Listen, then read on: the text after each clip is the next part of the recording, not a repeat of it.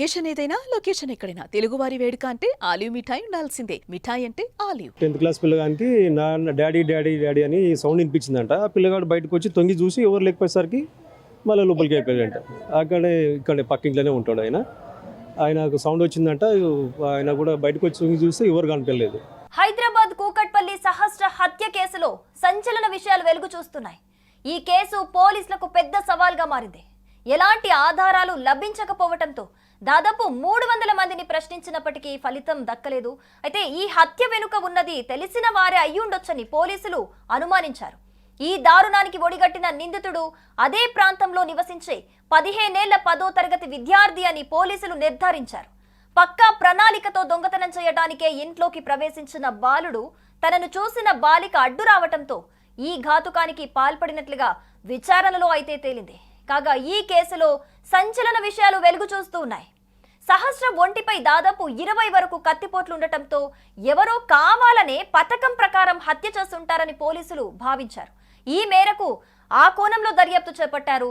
పలు విధాలుగా విచారణ అనంతరం పక్కింట్లో ఉండే 10th క్లాస్ చదివే బాలుడిపై పోలీసులకు అనుమానం వచ్చింది. దీంతో పోలీసులు ఆ బాలుడిని సహస్ర హత్య గురించి విచారించారు.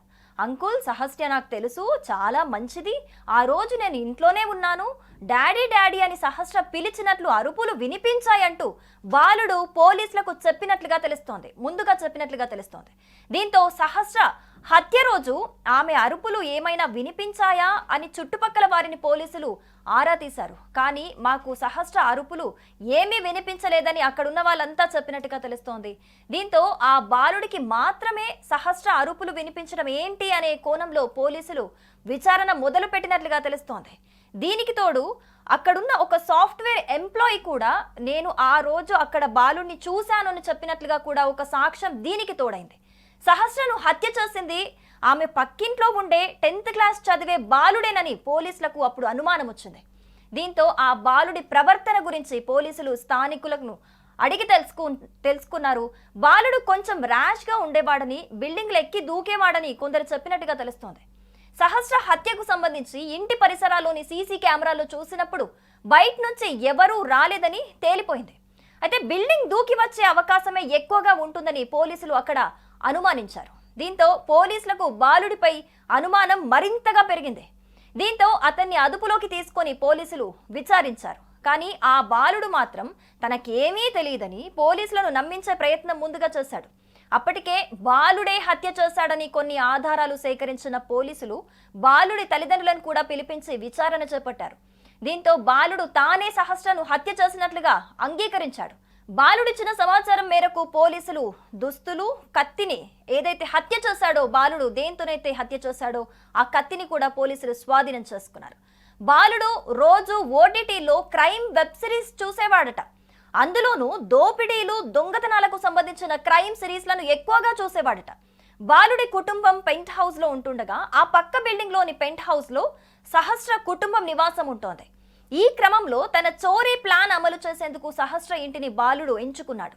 క్రైమ్ వెబ్ సిరీస్ లో దొంగతనం చేయాలని, వెబ్ సిరీస్ల మాదిరిగా దొంగతనం చేయాలని భావించి అందులో ఎలా దొంగతనం చేయాలి, ఎలా తప్పించుకోవాలి అనే విషయాలను ఒక నోట్లో క్లియర్ గా రాసుకున్నాడు. అందులో కత్తితో లాక్ కట్ చేసి ఇంట్లోకి ప్రవేశించాలి, గ్యాస్ సిలిండర్ను టేబుల్ వద్దకు జరపాలి, తర్వాత క్యాష్ తీసుకోవాలి, గ్యాస్ సిలిండర్ పేలిపోయేలా దాన్ని లీక్ చేసి మళ్ళీ డోర్ లాక్ చేసి తప్పించుకోవాలి అని ఇంగ్లీష్లో ఆ నోట్లో బాలుడు క్లియర్గా రాసుకున్నాడు. అయితే ఆ నోట్లో చోరీ ఎలా చేయాలన్నది మాత్రమే ఉంది. ఎవరైనా అడ్డొస్తే ఏం చేయాలో ఆ బాలుడు అందులో రాసుకోలేదు. దీన్ని బట్టి చూస్తే బాలుడికి సహస్రను హత్య చేయాలనే ప్లాన్ అయితే ముందుగా లేదు. కేవలం తన చోరీ విషయాన్ని సహస్ర తన కుటుంబ సభ్యులకు చెబుతుందనే భయంతోనే బాలుడు సహస్రను అక్కడ హత్య చేసినట్లుగా మనకు తెలుస్తోంది. బాలుడు తాను నోట్లో రాసుకున్న విధంగా చోరీకి పాల్పడాలని భావించాడు. ఇందులో భాగంగా తన వద్ద ఉన్న కత్తిని తన వెంట తీసుకెళ్లాడు. ఉదయం 11 గంటలకు తమ బిల్డింగ్ నుంచి పక్క బిల్డింగ్ లోకి జంప్ చేసి సహస్ర ఇంట్లోకి వెళ్ళాడు. ఆ తర్వాత నెమ్మదిగా డోర్ తెరిచి లోపలికి వెళ్ళాడు. అప్పటికే సహస్ర బెడ్ పై పడుకొని టీవీ చూస్తూ ఉంది. ఏదో శబ్దం రావటంతో డోర్ వైపు చూడగా పక్కింటి ఆ 10th క్లాస్ బాలుడు రావటాన్ని సహస్ర గుర్తించింది. ఎందుకు ఇంట్లోకి వచ్చావంటూ ప్రశ్నించింది. మా అమ్మ నాన్న వచ్చాక నీ గురించి చెబుతా, వెంటనే ఇక్కడ నుంచి వెళ్ళిపో అంటూ ఆ బాలిక హెచ్చరించింది. సహస్రకు విషయం తెలిసిపోవటంతో తన గుట్టు ఎక్కడ బయటపడుతుందో అనే ఒక భయంతో సహస్ర దగ్గరకు వెళ్లిన బాలుడు ఆమెను పట్టుకుని తన వెంట తెచ్చుకున్న కత్తితో మెడపై అతి కిరాతకంగా 15 పోట్లు, కడుపుపై 5 పోట్లు పొడిచాడు. తర్వాత తలుపుకు గొల్లెం పెట్టేసి మళ్ళీ తన బిల్డింగ్ పైకి ఏమీ తెలియనట్లుగా అక్కడి నుంచి పరారైపోయాడు.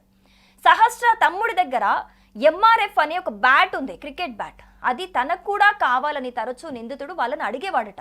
ఒక్కోసారి ఇవ్వకపోవటంతో కోపంతో వాళ్ళింట్లోనే చోరీ చేసి ఆ డబ్బులతోనే బ్యాట్ కొనాలని ఆ బాలుడు నిర్ణయించుకున్నట్లుగా మనకు తెలుస్తోంది.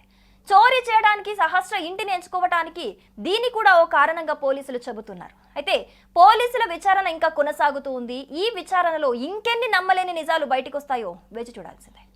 సుమన్ టీవీలో మీ పర్సనల్ అండ్ బిజినెస్ ప్రమోషన్స్ కోసం కింది నెంబర్కి కాంటాక్ట్ చేయండి. డ్రగ్స్, గంజాయి లాంటి చెడు వ్యసనాలకు దూరంగా ఉండండి. తాత్కాలిక ఆనందం కోసం జీవితాలని నాశనం చేసుకోవద్దు. డ్రగ్స్ విక్రయాలు, దందాలు నిర్వహిస్తే 180059996969 టోల్ ఫ్రీ నంబర్ కి కాల్ చేయండి. డ్రగ్స్, గంజాయిని నిర్మూలిద్దాం, భవిష్యత్తును కాపాడదాం.